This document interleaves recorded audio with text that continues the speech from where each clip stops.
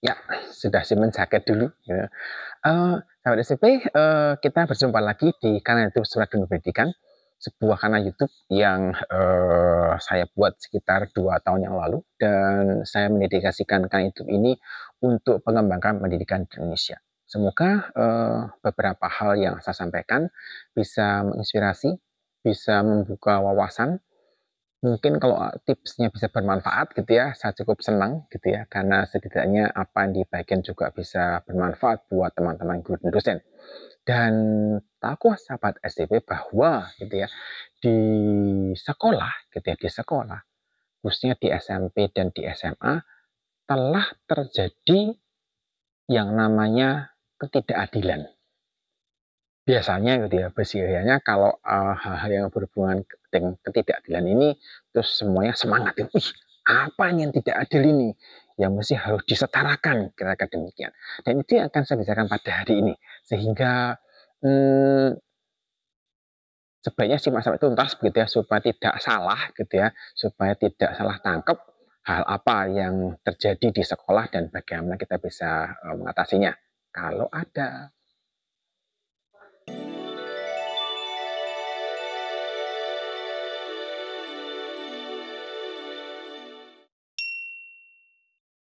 Sebenarnya apa sih yang terjadi gitu ya, terkait dengan ketidakadilan yang tadi saya sampaikan di awal video ini. Ketidakadilannya itu begini, siswa SMP dan siswa SMA itu, kan harus belajar semua mapel.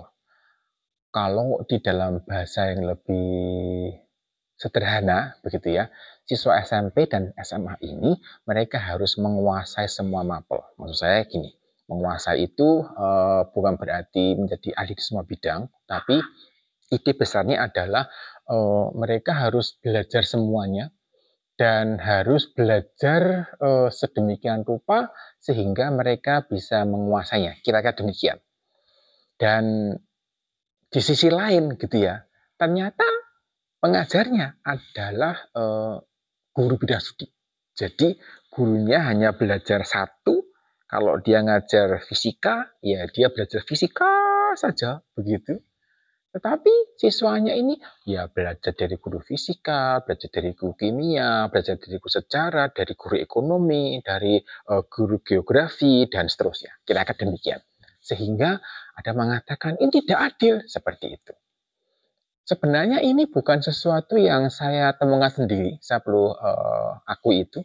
Tetapi ada pertanyaan yang muncul di Quora terkait dengan hal ini. Jadi penanya itu kira-kira begini, kok tidak adil ya? Siswa ini masih belajar semua mata pelajaran, sedangkan gurunya, guru dan studi hanya satu aja gitu.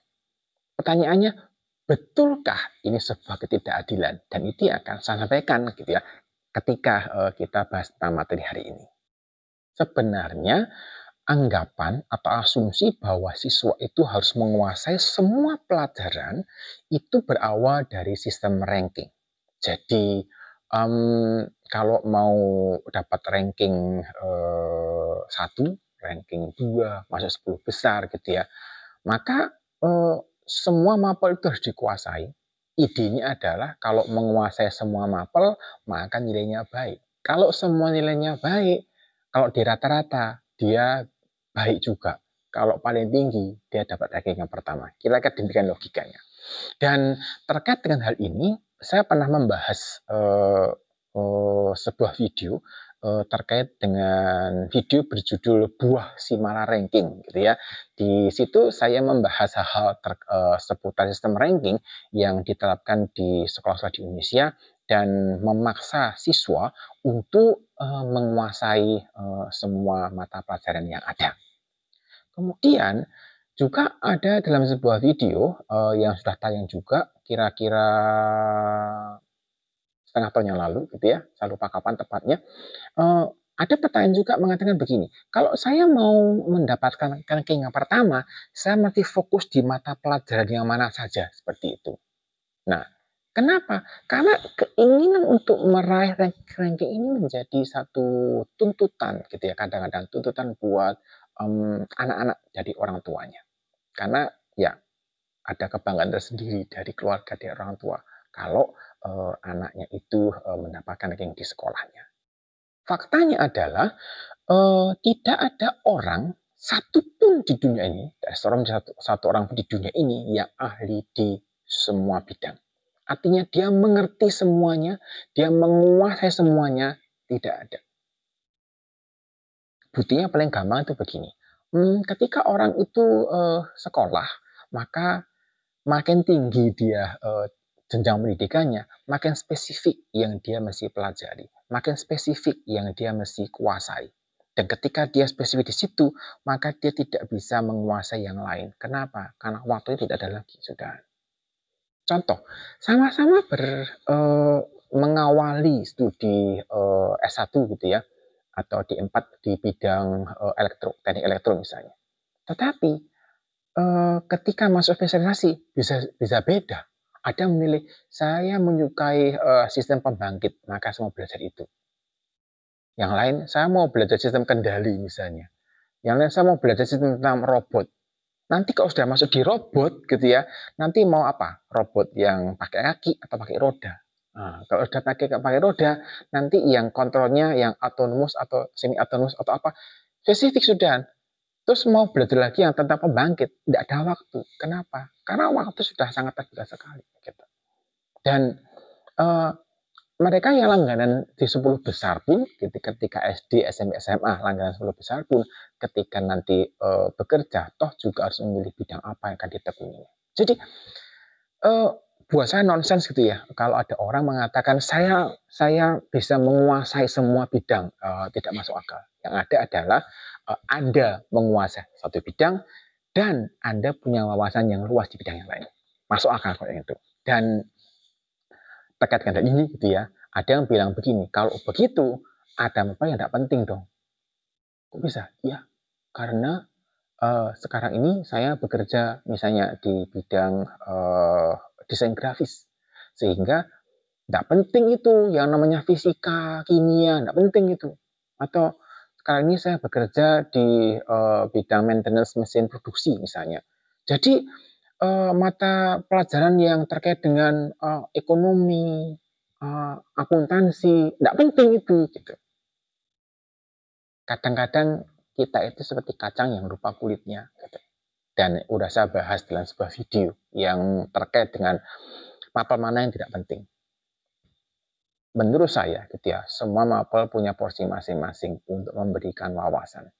Mungkin, gitu ya, mungkin istilah yang digunakan tidak tepat. Bukan tidak penting, titik, tapi tidak penting untuk bidang yang saya tekuni.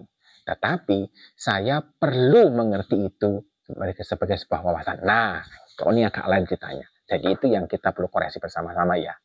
Sebenarnya banyak mapel itu diberikan supaya siswa, khususnya anak-anak SD ini, punya kesempatan untuk mengeksplorasi banyak hal di dalam masa studinya. Lalu ketika mereka eksplorasi ini, maka mereka akan menemukan, oh ternyata bidang ini tuh saya suka. Oh ternyata yang ini saya tidak suka. Gitu. Dan mereka bisa tahu dari eksplorasi yang dia lakukan. Secara tidak sadar, siswa SD ini itu dipaksa untuk mengobservasi semua mata pelajaran yang ada, kemudian nanti bisa memilih. Sampai SMP juga, SMP ya. Di SMA kan sudah ada pilihan. Saya mau menekuni bidang yang mana, seperti itu. Dan ini menjadi bagian yang mereka kalau mau lihat ke belakang, mana ke belakang gitu ya, mau lihat ke belakang, maka sebenarnya mereka punya kesempatan untuk mengembangkan diri berdasarkan wawasan yang mereka peroleh ketika mereka belajar semua mapel ini. Tetapi sebenarnya tidak ada tuntutan, tidak ada paksaan untuk menguasai semua mapel yang ada, kecuali ada sistem ranking yang ada di bayang-bayang di belakang, kira-kira demikian.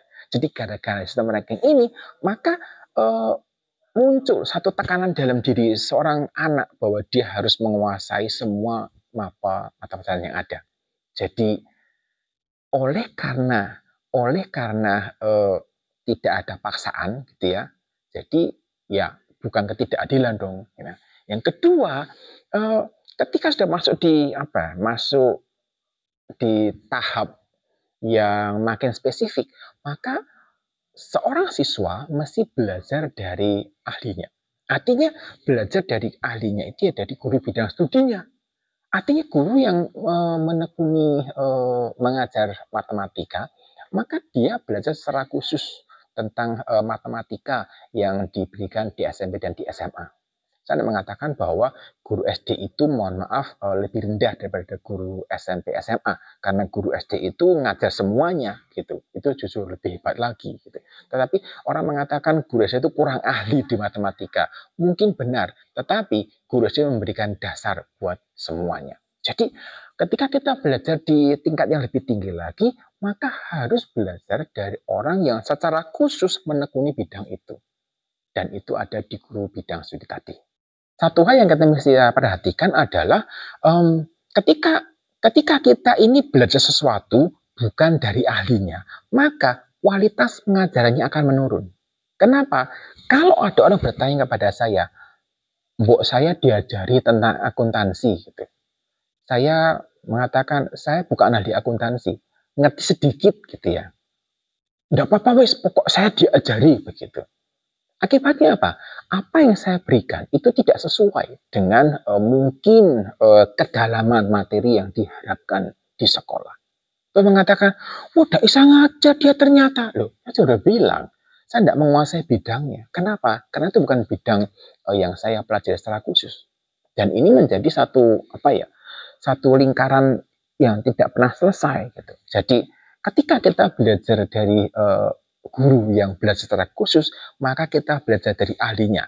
Ketika belajar dari ahlinya, maka kita tuh menekuni bidang itu dengan lebih detail lagi. Kalau tidak mau belajar dari ahlinya, nanti kualitas pendidikannya turun. Terus diprotes. Sekolahnya kok jelek ya? Karena materi pengajarannya tidak berkualitas. Ya, bermasalah juga. Tadi saya sampaikan bahwa pendidikan itu berjenjang. Ya. Jadi SD sifatnya umum, namanya sekolah dasar. Memberikan dasar untuk semua hal yang akan dipelajari di tingkat berikutnya. Nanti di SD kelas 1, kelas 2, kelas 3 gitu biasanya satu guru aja yang menangani. Nanti mulai kelas yang lebih tinggi lagi bisa 2 sampai 3 sampai 4 orang guru yang menangani satu kelas. Tetapi jumlah gurunya tidak banyak. Ketika masuk di level SMP mulai ada namanya guru bidang studi.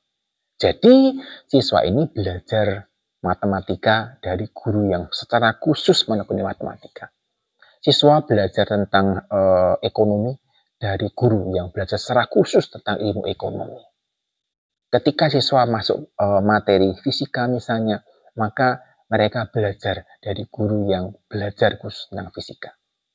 Berlanjut ke tingkat SMA dan SMK, dilanjutkan hal ini. Kenapa? Karena sudah bukan lagi materi dasar, sudah materi yang mulai khusus. Sehingga mereka mesti belajar dari sana, belajar dari ahlinya. Nanti ketika masuk di perguruan tinggi, sudah makin fokus lagi gitu. Jadi sama-sama kuliah di bidang akuntansi misalnya, nanti ada yang spesifik tentang bisnis, ada tentang perpajakan, itu diajar oleh dosen yang berbeda bisa jadi. Kenapa? Ya karena memang membutuhkan keahlian khusus di situ, membutuhkan kemampuan dan penguasaan keilmuan tertentu yang menjadi penting di situ. Jadi jenjang sekolah ini sebenarnya sudah menjelaskan mengapa ketika sekolah itu makin tinggi gitu ya, maka ada guru atau dosen bidang studi akan memberikan materi secara khusus di sana. Sebenarnya, gitu ya, sebenarnya tidak ada kok tuntutan kepada siswa supaya apa ya menguasai semua mata pelajaran yang ada. Tidak ada, kecuali ini dihubungkan dengan sistem ranking yang memaksa siswa untuk menjadi ahli dan menguasai semua bidang yang ada. Dan ya karena sistem ranking itu sudah mendarah daging gitu ya di dalam sistem sekolah di negara kita, maka seolah-olah sudah tidak terasa lagi bahwa ini menjadi satu bagian yang memaksa siswa untuk bisa harus menguasai semua mata yang ada. Kemudian guru bidang studi adalah ahli gitu ya, kalau saya katakan adalah ahli yang sedang mengajar. Jadi mereka ini ketika dulu kuliah gitu ya, mereka belajar secara khusus di bidang itu, mendalami sampai dalam sehingga bisa mengajar bidang itu dengan lebih baik lagi. Dan itu menjadi tanggung jawab yang mereka lakukan. Lalu terkait dengan komentar tentang banyak mapel, saya tegaskan lagi bahwa dengan adanya banyak mapel ini, maka sebenarnya siswa ini diberi kesempatan untuk melakukan eksplorasi. Bidang mana yang cocok, bidang mana yang pas, bidang mana yang dapat ditekuni, dan seterusnya. Saya kira itu yang bisa saya sampaikan pada edisi kali ini, gitu ya. Jadi itu ketidakadilan yang disampaikan oleh salah seorang warawan atau warawati, saya lupa, terkait dengan siswa mempelajari semua mata pelajaran, sedangkan guru ada guru bidang studi yang hanya fokus di satu mata pelajaran saja. Oke, sampai jumpa.